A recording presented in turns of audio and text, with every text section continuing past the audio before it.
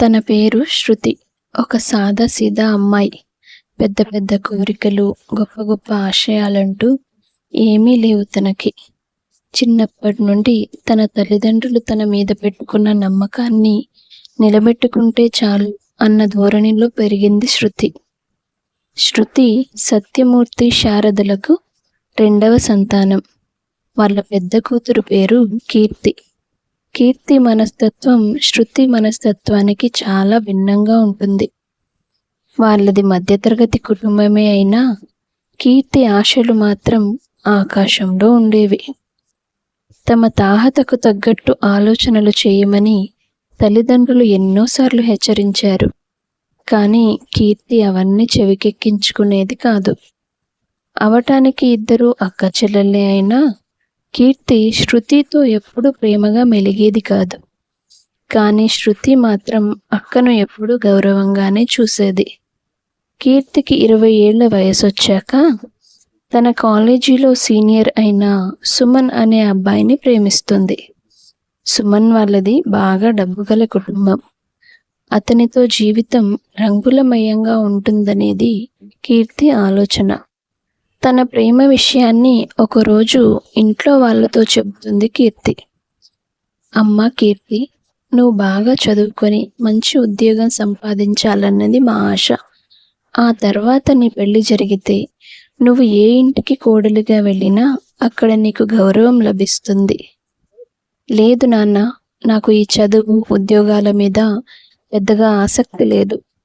మీరన్నట్టుగా నాకు ఏదైనా ఉద్యోగం వచ్చినా నేను కూడా బతికున్నంత కాలం మీలాగే మధ్యతరగతి జీవితాన్ని గడపాలి. అది నాకు ఇష్టం లేదు.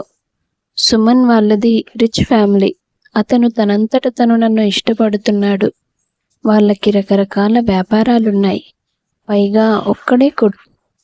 తన చదువు పూర్తయింది కాబట్టి ఇక వ్యాపారాలన్నీ అతనే చూసుకుంటాడు. అలాంటి వ్యక్తిని పెళ్లి చేసుకుంటే నా జీవితం చాలా లగ్జరీగా సాగిపోతుంది. కీర్తి, మీ నాన్న చెప్పేది అర్థం చేసుకోమ్మా. వాళ్ళ స్థాయి వేరు, మన స్థాయి వేరు. నువ్వు ఆ ఇంటికి కోడలిగా వెళ్ళినా వాళ్ళు నిన్ను గౌరవిస్తారని నమ్మకం లేదు. మీకు అలాంటి అనుమానాలు ఏమీ అవసరం లేదమ్మా. అవన్నీ సుమన్ చూసుకుంటాడు. లేదు కీర్తి, నువ్వు ఎన్ని చెప్పినా సరే ఈ పెళ్లికి మేము ఒప్పుకోం. పెళ్లి గురించి ఆలోచించేంత, నిర్ణయం తీసుకునేంత వయసు నీకు రాలేదు. ఇకపై నువ్వు ఈ ప్రస్తావన తీసుకురాకపోతేనే మంచిది అంటూ కోపంగా చెప్పేసి సత్యమూర్తి తన గదిలోకి వెళ్ళిపోతాడు. ఆ రోజు రాత్రి శృతి అక్క దగ్గరికి వచ్చి, అక్క, నాన్న ఏం చెప్పినా నీకోసమే కదా. వాళ్ళు క్లాస్ తీసుకోవడం అయిపోయింది. ఇప్పుడు నువ్వు తయారయ్యావా? నీలాగా ప్రతిదానికి అడ్జస్ట్ అవ్వడం నాకు చేత కాదు. అలా కాదక్క. చిన్నప్పటి నుంచి నాన్న మన కోసం ఎంతో కష్టపడ్డారు. మనకు అవసరమైనవన్నీ అందించారు. అలాంటప్పుడు వాళ్ళ అభిప్రాయానికి మనం గౌరవం ఇవ్వాలి కదా. చూడు శృతి, ప్రతిసారి పెద్దవాళ్ళ మాటలే రైట్ అయిపోవు. నువ్వు నా వైపు నుంచి ఎందుకు ఆలోచించవు? నాకు ఒక మంచి జీవితం దొరకబోతుంటే దానికి సంతోషించాలి కానీ ఎందుకు మీరంతా అడ్డుపడుతున్నారు? నీ సంతోషాన్ని నాశనం చేయాలనేది మా ఎవ్వరి ఉద్దేశం కాదక్క. మనం మధ్యతరగతి వాళ్ళం. ఆకాశానికి నిచ్చెన వేస్తే నష్టం మనకే కదా. పోనీ ఆ అబ్బాయి అమ్మా నాన్నల్ని ఒప్పించి మన ఇంటికి తీసుకురావచ్చు కదా. వాళ్ళు చాలా గొప్పవాళ్ళు. మనలాంటి వాళ్ళ ఇంటికి వస్తారా ఏంటి? నా తరఫున అమ్మా నాన్న వెళ్ళి వాళ్ళతో మాట్లాడొచ్చు కదా. నన్ను కూడా ఏ గుమస్తాకో పోస్ట్మాన్కో ఇచ్చి చేసేసి అమ్మలాగా జీవితాంతం అన్నిటికీ సర్దుకుపోయే బతుకునివ్వాలనుకుంటున్నారు. ఎవరెన్ని చెప్పినా నేను తీసుకోవాల్సిన నిర్ణయం నేను తీసుకుంటాను. నిర్ణయం ఏంటక్క? అదంతా నీకు అనవసరం. ముందు ఇక్కడి నుంచి పో. కీర్తి కసరడంతో శృతి చిన్నబుచ్చుకొని అక్కడి నుంచి వెళ్ళిపోతుంది. ఇంట్లో జరిగిన సంభాషణంతా సుమన్తో చెప్తుంది కీర్తి. నేను ఇదంతా ముందే ఊహించాను, నీతో చెప్పాను కూడా. మన పెళ్లికి మీ వాళ్ళు కానీ మా వాళ్ళు కానీ ఒప్పుకోరని.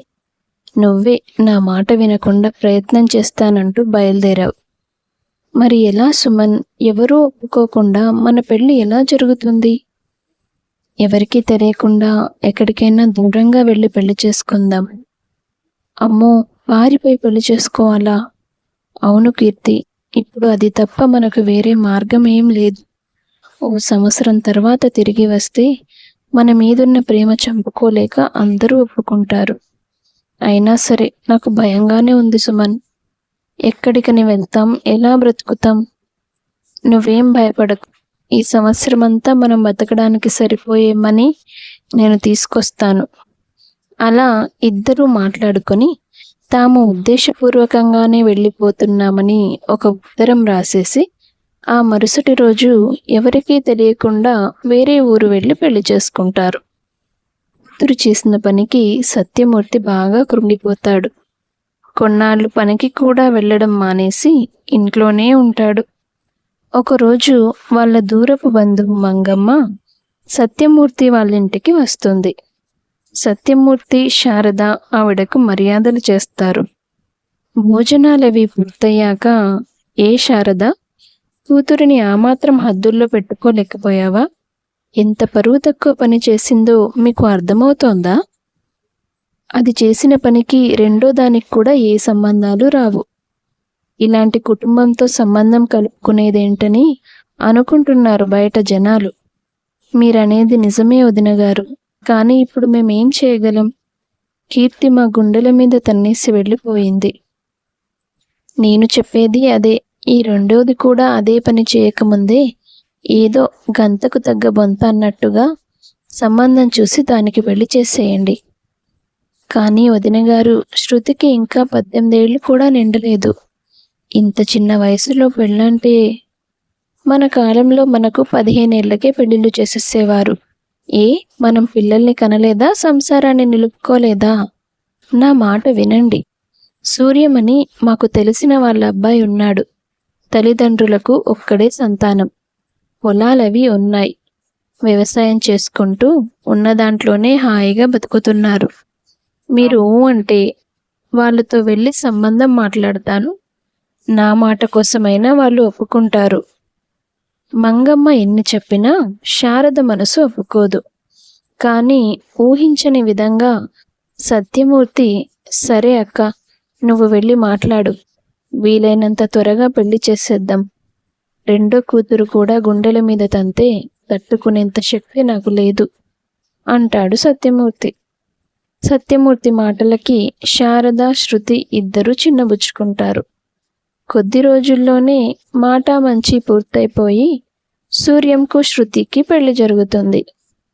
అత్తమామలు కూడా శృతిని బాగానే చూసుకుంటారు. సూర్యం వ్యక్తిగతంగా మంచివాడే అయినా వ్యసనపరుడు. తాగుడికి బానిసగా ఉండేవాడు. అయినా సరే శృతి సర్దుకుపోతుంది. 19 ఏళ్ళు కూడా నిండకుండానే ఒక బిడ్డకు తల్లవుతుంది. కనీసం కూతురు పుట్టిన తర్వాతైనా తన అలవాటు మార్చుకొని తాగుడుకు దూరంగా ఉంటాడని, బాధ్యతలు తెలుసుకుంటాడని శృతి చాలా ఎదురు చూస్తుంది. కానీ తనకి మళ్ళీ నిరాశ మిగిలింది. రోజులు గడుస్తున్న కొద్దీ తనకంటూ ఒక కుటుంబం ఉందన్న విషయాన్ని కూడా మర్చిపోతాడు సూర్యం.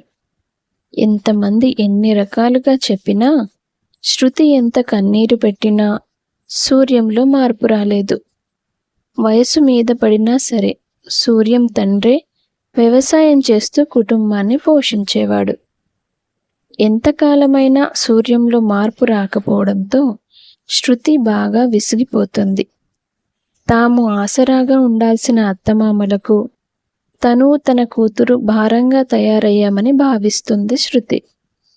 కనీసం నేను నా చదువు పూర్తి చేసుకున్నా కూడా ఎవరికీ భారం కాకుండా పట్నం వెళ్ళి ఏదైనా చిన్న ఉద్యోగం చేసుకుంటూ నా కూతుర్ని పోషించుకునేదాన్ని. చదువు మధ్యలో ఆగిపోయింది. భర్తతో సంతోషం లేదు. ఇలా అత్తమామలకు భారంగా బతకలేను.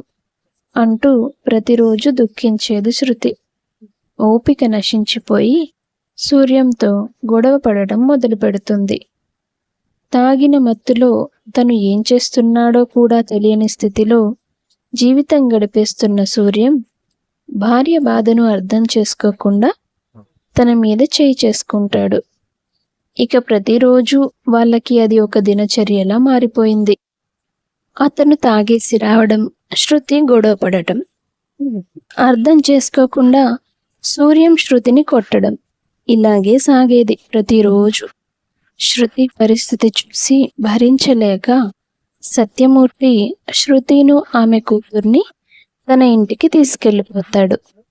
మరోపక్క అందర్నీ కాదని వెళ్ళిపోయిన కీర్తి, సుమన్ ఇద్దరూ వాళ్ళ పెళ్ళైన సంవత్సరం తర్వాత సుమన్ వాళ్ళ ఇంటికి వెళ్ళినా అతని తల్లిదండ్రులు వాళ్ళని తిప్పి పంపించేశారు.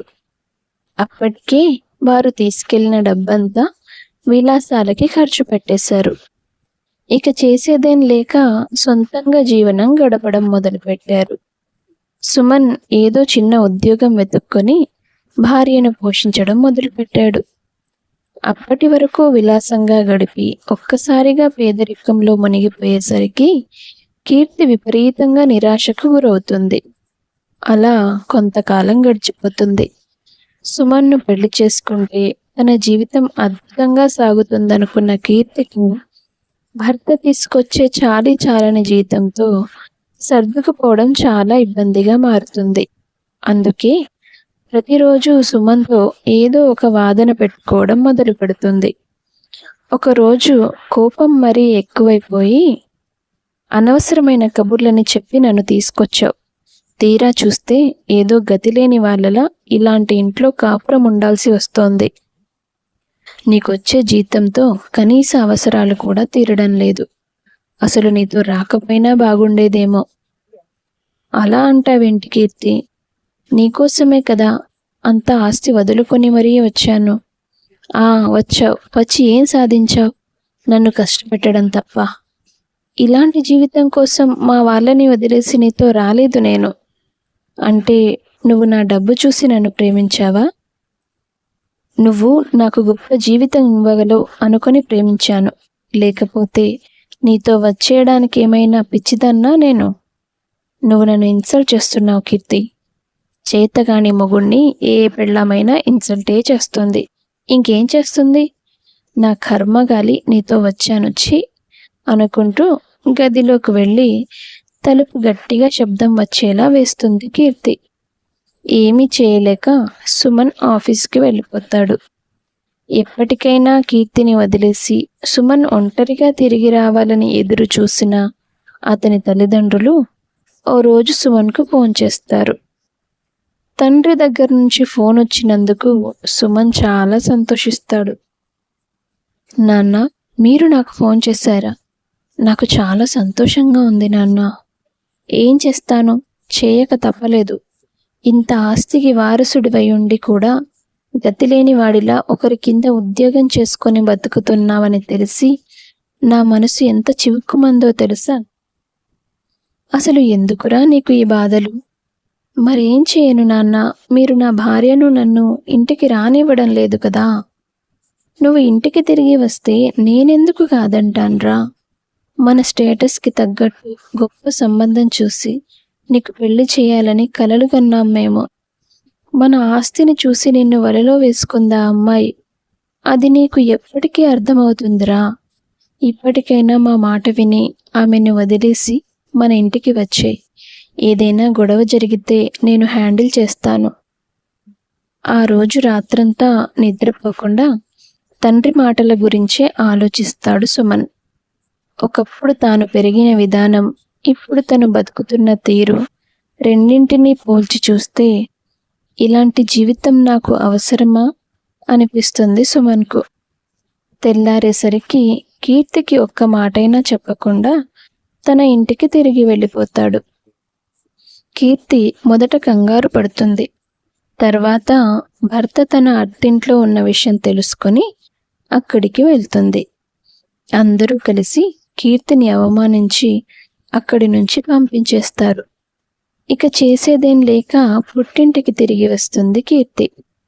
తనని చూడగానే కోపం ఆపుకోలేక ఆ చెంప ఈ చెంప వాయిస్తుంది శారద.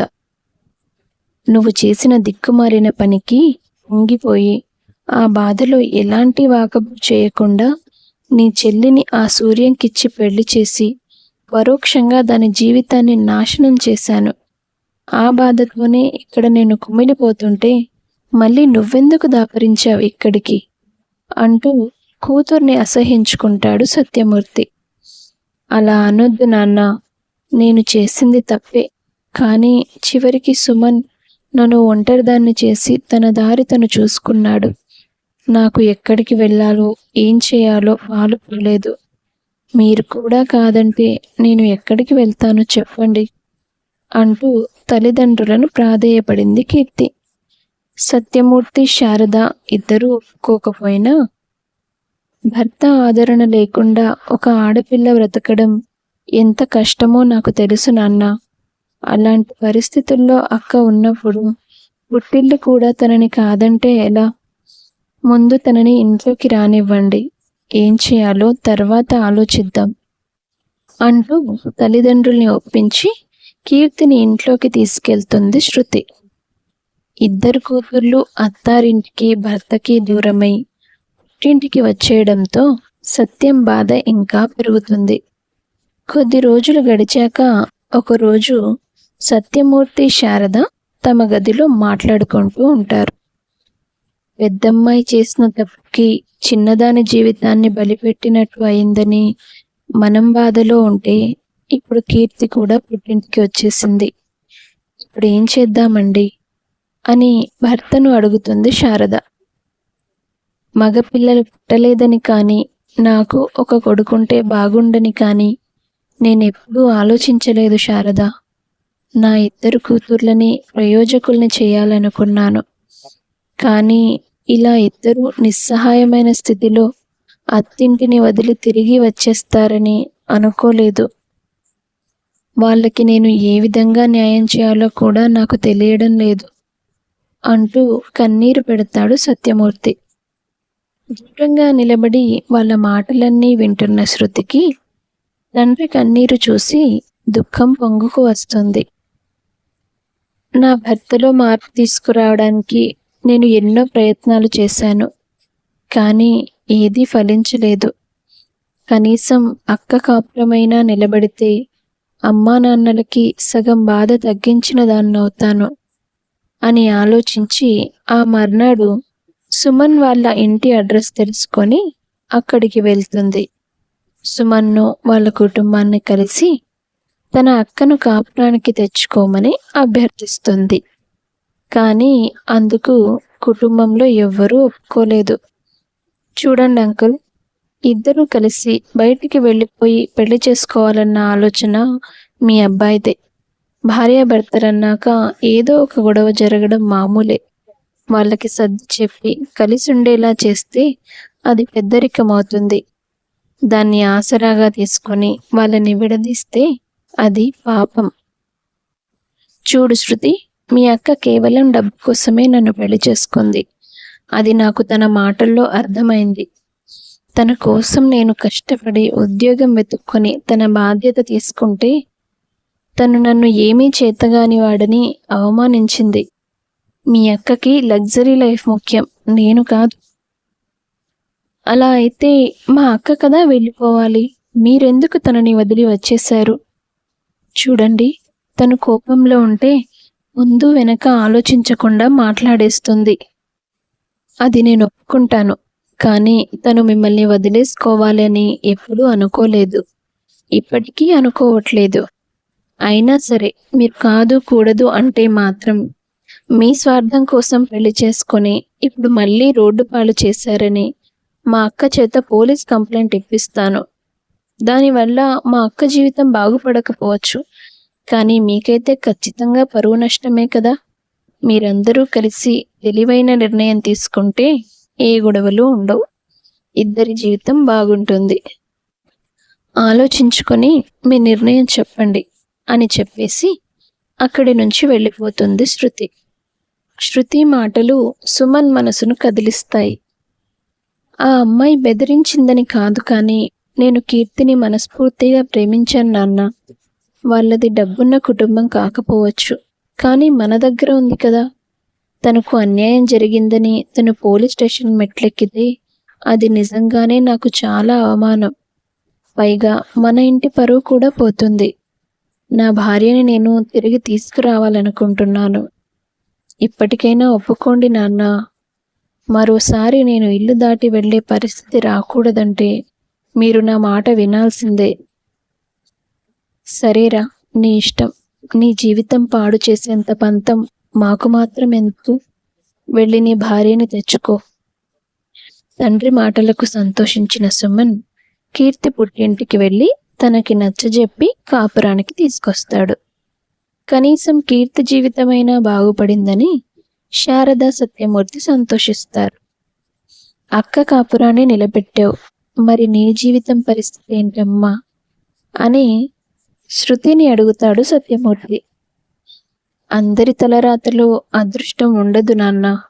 నా భర్తకున్న వ్యసనం నా జీవితాన్ని నాశనం చేసింది. కనీసం నా బిడ్డకైనా మంచి భవిష్యత్తు ఇవ్వగలిగితే చాలు. నేను నా చదువు కొనసాగిస్తాను నాన్న. సరేనమ్మా, నీ ఇష్టం. అలా శృతి తన చదువు పూర్తి చేసుకొని మంచి ఉద్యోగం సంపాదించి కూతురి బాధ్యతతో పాటు తల్లిదండ్రుల బాధ్యత కూడా భుజానేసుకొని వాళ్ళకి తోడుగా ఉంటుంది. నా కూతురు తన కాళ్ళ మీద తను నిలబడినందుకు నాకు గర్వంగా ఉంది. కానీ తనకంటూ ఒక వ్యక్తిగత జీవితం లేకుండా ఒంటరిగా జీవనం గడుపుతోంది. తన సమస్యకు ఇక దేవుడే ఒక పరిష్కారం చూపాలి. తన భవిష్యత్తుకు చక్కని దారి దొరకాలి. అప్పుడే నాకు మనశ్శాంతి అంటూ భార్యకు చెప్పుకుంటాడు సత్యమూర్తి.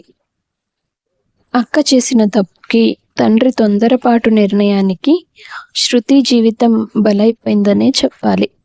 భవిష్యత్తు ఎలా ఉంటుందో అన్న భయంతో పిల్లల వర్తమాన జీవితాన్ని నిర్ణయించొద్దు. కథ గనక మీకు నచ్చినట్లయితే లైక్ చేయండి, ఛానల్ను తప్పకుండా సబ్స్క్రైబ్ చేయండి. ధన్యవాదాలు.